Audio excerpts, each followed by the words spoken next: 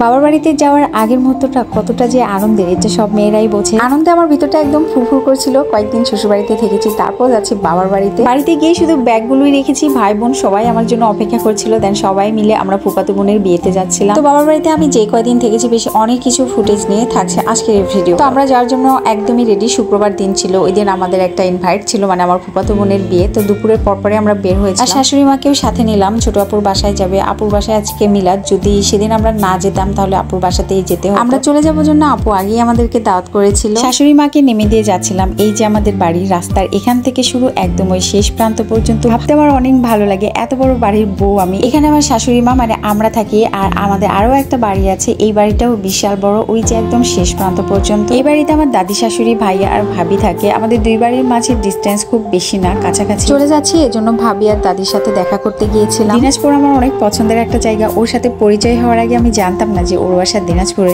এত সুন্দর একটা জায়গা, রাস্তায় বের হলে মন প্রাণ জুড়িয়ে যায়। এখান থেকে আমাদের বাড়িতে যেতে 1 ঘন্টা মতো টাইম লাগবে। রাস্তায় আমার ফুপু অনেকবার ফোন দিয়েছে যে আমরা কত দূর। অনেক গরম ছিল, গরমে আসলে ওর কিছু ভালো লাগছিল না। তারপর আমি একটু ভিডিও ফুটেজ নিয়েছিলাম, ম্যাচ করে নাই। তারপরে দেখছিলাম ওর আর আমার ড্রেস কালারটা একদম ম্যাচিং হয়ে গিয়েছে। বাসার কাছাকাছি আমরা চলে এলাম, আর এটা হচ্ছে আমার বাড়ির রাস্তা। অনেক শান্তি শান্তি লাগছিল, আর ওখানে কিন্তু সবাই আমার জন্য ওয়েট করছে। বাড়িতে গিয়ে শুধু ব্যাগগুলো রেখে সবাই মিলে একসাথে ফুপুর বাড়ির দিকে রওনা দিচ্ছিলাম। আমরাই সবাই শেষে যাচ্ছিলাম। এটা হচ্ছে আমার নানি বাড়ির রাস্তা। এই রাস্তা দিয়ে ফুপুর বাসায় যেতে হয়। আমি জানালাটা এই জন্য একটু খুলে দিই। আর এই দিকের বাতাসটাই কেন জানি এমন অনেক ভালো লাগে। আর এই যে আমার গোলুমলু বুড়িটা মায়ের কোলে বসে টুকটুক করে সবকিছু দেখছে। মাশাআল্লাহ আমাদের মেয়েটা অনেক কিউট হয়েছে। আর আমার ছোট্ট বোন, বাচ্চার প্রতি টেক কেয়ার করতে গিয়ে নিজের প্রতি যত্ন নেওয়াটাই ভুলে গেছে। মা হওয়া এতটাও সহজ না, তবে মেয়েদের জীবনের সার্থকতা কিন্তু এখানে। আর এই যে কথা বলতে বলতে 1 ঘন্টার মধ্যেই কিন্তু আমরা ফুপুর বাড়ির কাছাকাছি চলে এলাম। তো এসে আমরা দেখা করে খাওয়া দাওয়া করতে এলাম, কারণ আমরা প্রচন্ড ক্ষুধার্ত ছিলাম সবাই। সেদিন অনেক গরম ছিল, তারপর আবার বিয়ে বাড়িরও একটা গরম থাকে। আর গরমের মধ্যে ভাই বোনেরা সবাই একসাথে খেয়েছি, বাট একটা ফুটেজ নিতেই ভুলে গেছি। আর এই যে হলুদ শাড়ি পরে, এটা হচ্ছে আমার ফুফাতো বোন আর ওর হাজবেন্ড, দুজন একসাথে দাঁড়িয়েছিল। তো আমরা আসার আগে কিন্তু ওদের বিয়ে পড়ানো হয়ে গেছে। তো জামাইয়ের সাথে আমার পরিচয় করে দিচ্ছিল, আর একটু পরে ওকে বউ সাজাবে। আমাকে বলছিল আপু তুমি থাকো, বাট কেউই থাকতে চাচ্ছিল না, অনেক বেশি গরম। আর এই যে আমার ছেলে দুষ্টামি শুরু হয়ে গেছে। নানু ভাইকে পেলে তার আর কিছুই লাগে না, হাঁটার প্রতিযোগিতা করছে কে আগে যেতে পারে। গরমের কারণে আমার হাজবেন্ড খোলা একটা জায়গায় পুকুর পাড়ে এসে বসে আছে, আর নতুন জামাইয়ের সাথে আব্বু পরিচয় করে দিচ্ছে। এই জায়গাটায় অনেক খোলামেলা, আমরা সবাই মিলে একটু গল্প করছিলাম। আর এটা হচ্ছে জামাইয়ের বাড়ি, বেশ বড় সড়ো, মাশাআল্লাহ অনেক সুন্দর। আর পুকুর বাড়ির 2-3 বাড়ি পরেই কিন্তু জামাইয়ের বাড়ি, খুব কাছাকাছি। আর এই যে গরমের মধ্যে ছেলেকে কোলে নিয়ে আছে, একটু সুযোগ পেলে শুধু ছেলেকে কোলে। এদিকে আমি দেখছিলাম এই টুকটুকি বুড়ি আমার দিকে তাকিয়ে আছে। আরে আমি গরমের কারণে ওকে একটু কোলে নিতে পারিনি, মিসেও মামুনি। তারপর জোহান তো আর আমাদের সাথে যাবে না, মামার মামানির সাথে যাচ্ছে। দাদু বাসার আনন্দ শেষ হতে না হতে আবার নানু বাসার আনন্দ। আমি আসলে এই কয়দিন আমার ছেলেকে কিছুই বলি না, ওর মন যা চায় তাই করে, কারণ আমরা অনেকদিন পর